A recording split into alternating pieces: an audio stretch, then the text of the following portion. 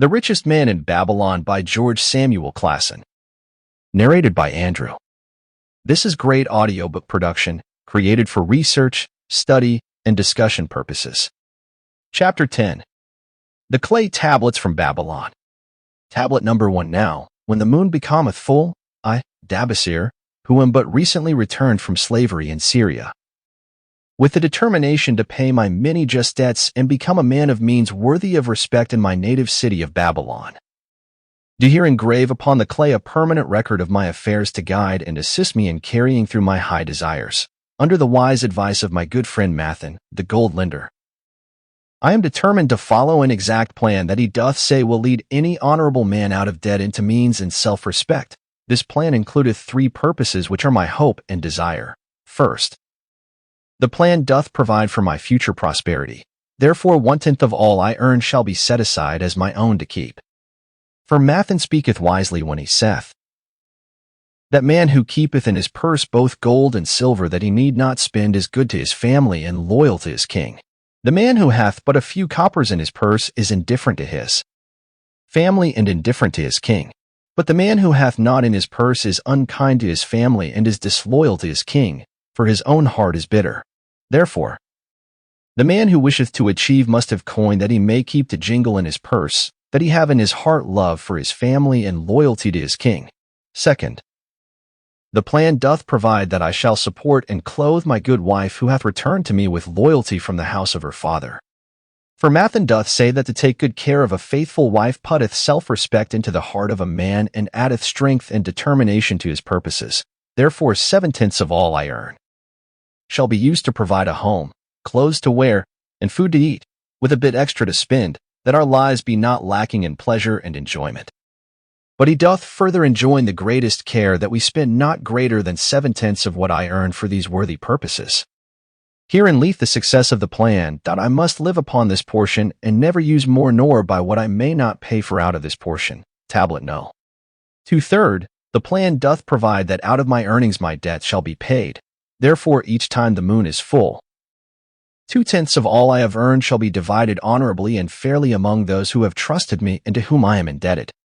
Thus in due time will all my indebtedness be surely paid. Therefore do I here engrave the name of every man to whom I am indebted and the honest amount of my debt. Pharaoh, the cloth weaver, 2 silver, 6 copper. Sinjar, the couchmaker, 1 silver.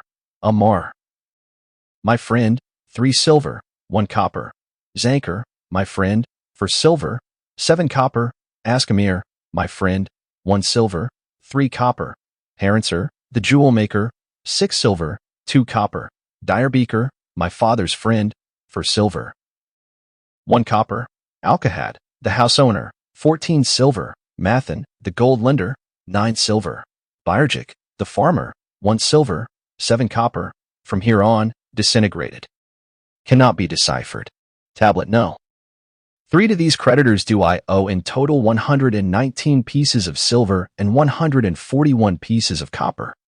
Because I did owe these sums and saw no way to repay, in my folly I did permit my wife to return to her father, and didst leave my native city and seek easy wealth elsewhere, only to find disaster and to see myself sold into the degradation of slavery.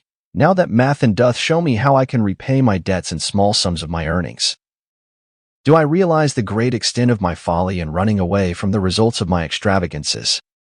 Therefore have I visited my creditors and explained to them that I have no resources with which to pay except my ability to earn, and that I intend to apply 2/10 of all I earn upon my indebtedness evenly and honestly. This much can I pay, but no more. Therefore if they be patient, in time my obligations will be paid in full. Amar, whom I thought my best friend, reviled me bitterly, and I left him in humiliation. Birjik, the farmer, pleaded that I pay him first as he did badly need help. Alkahad, the house owner, was indeed disagreeable and insisted that he would make me trouble unless I did soon settle in full with him. All the rest willingly accepted my proposal. Therefore am I more determined than ever to carry through, being convinced that it is easier to pay one's just debts than to avoid them. Even though I cannot meet the needs and demands of a few of my creditors, I will deal impartially with all.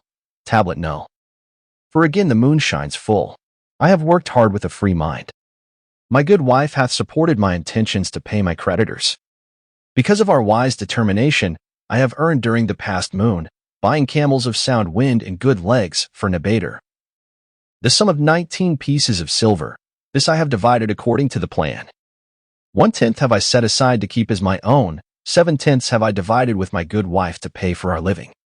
2/10 have I divided among my creditors as evenly as could be done in coppers. I did not see Ammar but left it with his wife. Barjik was so pleased he would kiss my hand. Old Alcahad alone was grouchy and said I must pay faster. To which I replied that if I were permitted to be well fed and not worried, that alone would enable me to pay faster. All the others thanked me and spoke well of my efforts. Therefore, at the end of one moon, my indebtedness is reduced by almost 4 pieces of silver, and I possess almost 2 pieces of silver besides, upon which no man hath claim. My heart is lighter than it hath been for a long time. Again the moon shines full. I have worked hard but with poor success. Few camels have I been able to buy. Only 11 pieces of silver have I earned. Nevertheless, my good wife and I have stood by the plan, even though we have bought no new raiment and eaten little but herbs. Again, I paid ourselves 1/10 of the 11 pieces, while we lived upon 7/10. I was surprised when Ammar commended my payment, even though small. So did Barjik. Alcahad flew into a rage, but when told to give back his portion if he did not wish it, he became reconciled. The others, as before, were content. Again the moon shines full, and I am greatly rejoiced. I intercepted a fine herd of camels and bought many sound ones. Therefore my earnings were 42 pieces of silver. This moon my wife and myself have bought much needed sandals and raiment. Also we have dined well on meat and fowl. More than 8 pieces of silver we have paid to our creditors. Even Alcahad did not protest. Great is the plan, for it letteth us out of debt and giveth us wealth, which is ours to keep. 3 times the moon had been full since I last carved upon this clay. Each time I paid to myself 1/10 of all I earned. Each time my good wife and I have lived upon 7/10, even though at times it was difficult.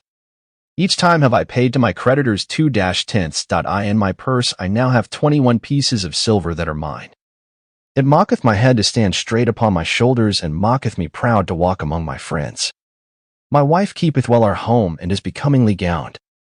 We are happy to live together. The plan is of untold value. Hath it not made an honorable man of an ex-slave? Tablet no.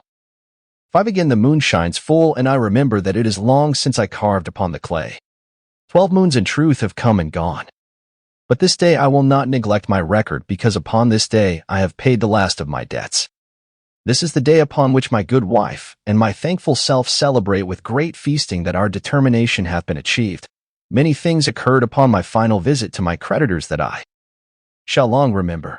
Ammar begged my forgiveness for his unkind words and said that I was one of all others he most desired for a friend.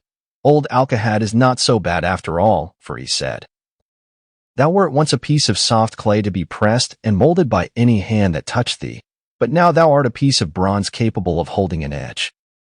If thou needst silver or gold at any time, come to me. Nor is he the only one who holdeth me in high regard. Many others speak deferentially to me. My good wife looketh upon me with a light in her eyes that doth make a man have confidence in himself, yet it is the plan that hath made my success. It hath enabled me to pay all my debts and to jingle both gold and silver in my purse. I do commend it to all who wish to get ahead. For truly if it will enable an ex-slave to pay his debts and have gold in his purse, will it not aid any man to find independence? Nor am I, myself, finished with it, for I am convinced that if I follow it further it will make me rich among men.